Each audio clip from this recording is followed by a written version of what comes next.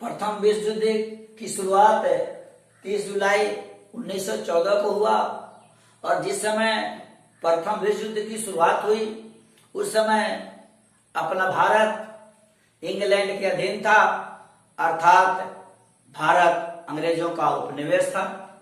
England की सरकार ने भारत के लोगों को यह विश्वास दिलाया कि यदि प्रथम विश्व युद्ध में मेरी जीत होगी तो मैं भारत को आजाद कर दूंगा। अतः आजादी की प्रत्याशा में महात्मा गांधी के नेतृत्व में इंग्लैंड की सरकार का समर्थन किया गया और पूरे भारत के लोगों ने बड़ी तन्मयता के साथ प्रथम विश्व युद्ध में इंग्लैंड की ओर से लड़ने का काम किया। अतः इंग्लैंड की सरकार भारतीयों के मेहनत, परिश्रम और एकाग्रता को देखकर महात्मा गांधी को इंग्लैंड की सरकार ने 1915 में केसर-ए-हिंद की उपाधि से विभूषित किया। लेकिन जब 11 नवंबर 1918 को प्रथम विश्व युद्ध की समाप्ति हुई तो अब भारत के लोग अपनी आजादी की मांग करने ही वाले थे। भारत के लोग अपनी आजादी के लिए अपने स्वर को बुलंद करने ही वाले थे कि इंग्लैंड की सरकार ने भारतीयों के ऊपर एक नियम थोप दिया जिसे हम रॉलेट एक्ट के नाम से जानते हैं। उसका पूरा नाम था क्रांतिकारी एवं अराजकता अधिनियम और बनाने वाला वह व्यक्ति कौन था? वह न्यायाधीश था जिसका नाम था सिडनी रॉलेट। अतः भारत के लोग अपनी आजादी की मांग नहीं कर सके, भारत के लोग अपनी आजादी की बात को दोहरा नहीं सके, इसलिए इंग्लैंड की सरकार ने एक एक्ट पारित किया जिस एक्ट को हम लोग रॉलेट एक्ट के नाम से जानते हैं। इसको बनाने वाला सिडनी रॉलेट था, इसीलिए इस अधिनियम को रॉलेट एक्ट के भी नाम से जानते हैं। और यह एक्ट कब पारित किया, कब लागू हुआ? 21 मार्च 1919 को। इसमें यह जो एक्ट पारित किया भारत के लोगों पर थोप दिया, उसमें उसकी मुख्य बातें 3 थी। पहले यह था कि संदेह के आधार पर किसी भी भारतीयों को अरेस्ट किया जा सकता है। संदेह के आधार पर किसी भी भारतीयों को अरेस्ट किया जा सकता है। दूसरी बात थी गुप्त रूप से किसी भी भारतीय पर मुकदमा चलाया जा सकता है। और तीसरी बात थी कि आप फैसले के विरुद्ध में आप कहीं अपील नहीं कर सकते। अतः अंग्रेजों के नेतृत्व में या इंग्लैंड की सरकार ने जो रॉलेट एक्ट पास किया था उस 3 बातों को भारत के नेताओं ने भारतीय जनता के समक्ष अपनी बातों को इस प्रकार रखा, कोई वकील नहीं, कोई दलील नहीं, कोई अपील नहीं। अतः यह भारत के तमाम लोग इस रॉलेट एक्ट की बातों को खूब प्रसारित किया और 8 अप्रैल 1919 को पंजाब के प्रसिद्ध भाग अभिन्न अंग अमृतसर में आंदोलन हुआ। फिर 9 अप्रैल 1919 को रामनवमी के दिन आंदोलन हुआ। काफी लोग उतावले थे, ब्रिटिश हुकूमत की समाप्ति करना चाहते थे और वे सभी लोग अमृतसर के डॉक्टर किचलू और डॉक्टर सतपाल की अध्यक्षता में आंदोलन कर रहे थे। लेकिन जब पंजाब की सरकार को इसकी जानकारी मिली तो डॉक्टर किचलू और डॉक्टर सतपाल को अमृतसर से बाहर निर्वासित कर दिया गया। लेकिन आंदोलन रुकने का नाम नहीं ले रहा था। फिर 10 अप्रैल 1919 को निर्वासन के विरुद्ध में आंदोलन हुआ। छिटपुट घटनाएं भी हुई। महात्मा गांधी पंजाब जाना चाहे लेकिन उन्हें प्रतिबंध लगा दिया गया। 11 अप्रैल को पूरे पंजाब की सरकार ने पूरे पंजाब में सैनिक शासन लागू कर दिया और पंजाब में 11 अप्रैल 1919 को सैनिक शासन लागू कर दिया और उसका कमान जो अपनी क्रूरता के लिए प्रसिद्ध था जनरल ओडायर, पंजाब का भार पंजाब की सरकार ने जनरल ओडायर को दे दिया।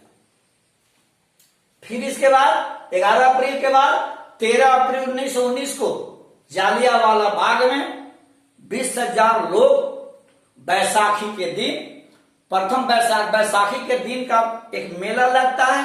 हम हिंदुओं में जो रबी का फसल होता है उसका प्रथम अनाज तैयार करके और मीठा और आम का टिकोला देवताओं को चढ़ाया जाता है, जिसे हम लोग सतुआन के नाम से भी जानते हैं। तो उस बैसाखी के दिन वहां मेला लग रहा था, मेला लगा, और उस मेला में लोग मेला भी देखने गए थे और आजादी के भी दीवाने उसमें ज्यादा थे, जिसकी संख्या 20,000 से ज्यादा थी।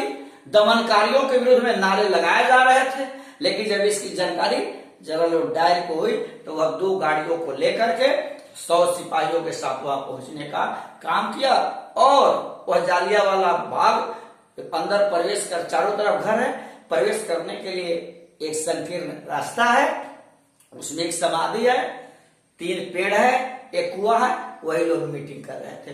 वहां जनरल ओडायर गया और अंधाधुंध वहां गोलियां चलाई, जिसमें लगभग 1000 लोग मारे गए, 1000 लोग से ज्यादा लोग मारे गए, लेकिन आंकड़ा बताता है कि नहीं, 379 लोग ही मारे गए। तो 379 की बात हम लोग कहेंगे, और 1000 लोग घायल हुए। गोलियां कितनी चली? 1650। लेकिन ये 379 लोग आंकड़ा था कि मरे नहीं, वे आजादी के दीवाने थे, वे तो अमर हो गए। जो वहां जो जनरल डायर की क्रूरता से सभी लोग वाकिफ थे, फिर भी अगर जालियांवाला बाग में अगर कोई जाने का हिम्मत किया, अगर जनरल ओ डायर के विरुद्ध में कुछ बोलने का काम किया, तो वह कोई साधारण व्यक्ति नहीं हो सकता, वह भारत का सच्चा सपूत ही हो सकता है। क्योंकि आजादी के दीवाने मरने से डरते नहीं, उनकी एक ही भावना होती है कि समा हूं मैं, जलना मेरी जिंदगी है, जलकर भी खुश हूं यदि रोशन है। मुझे कुछ मिले या न मिले कोई गम नहीं, भारतीयों की खुशी ही मेरे लिए कोई कम नहीं। वे मरने से डरते नहीं, वे 379 लोग मरे नहीं, बल्कि वे अमर हो गए। इस घटना को देखकर पूरा भारत ही मनमोहन था। अतः महात्मा गांधी को 1915 में जो केसर ए हिंद की उपाधि मिली थी, उन्होंने इंग्लैंड की सरकार को लौटा दिया, और बांग्ला भाषा के सबसे बड़े विद्वान माने जाते हैं रविंद्रनाथ टैगोर, अब तो नहीं है, उन्होंने उनको जो उपाधि मिली थी सर की, उन्होंने भी इंग्लैंड की सरकार को लौटा देने का काम किया। लेकिन एक और बात है, जब जालियांवाला बाग में घटना घटी, एक लड़का था जो उस घटना को देखा था, लोगों को तड़पते बिलखते देखा था, खून की बहती हुई नदियों को देखा था, और चीखते चिल्लाते आवाज को भी अपने कानों से सुना था। उसी दिन उसने प्रतिज्ञा की कि मैं जनरल ओ डायर को निश्चित मारूंगा। उसके सीने में आग हमेशा धधकती रही, और 21 वर्ष बाद इंग्लैंड वह चला गया, हंटर कमीशन बनी, उस पर दोषारोपण हुआ और इंग्लैंड वह चला गया। 21 वर्ष बाद वह पर इस बात को प्रसारित किया गया कि लंदन हॉल में जनरल ओ डायर को सम्मानित किया जाएगा, और इसकी जानकारी जब उधम सिंह को मिली, वह किस बड़ी वीरता पूर्वक लंदन हॉल में अपने प्रवेश से उपस्थिति दर्ज कराई, और जब ही उद्घोषक अध्यक्ष यह घोषित किया कि मैं मंच पर वैसे व्यक्ति को आमंत्रित कर रहा हूं जिसने भारत की क्रांति को कुचलने का काम किया, यह बात जब ही उधम सिंह के कानों में गूंजी, वह खुशी से उछल उठा। जब ही जनरल डायर मंच पर आया, अपने मावजे की तमाम गोलियां उसके सीने में उतार दी।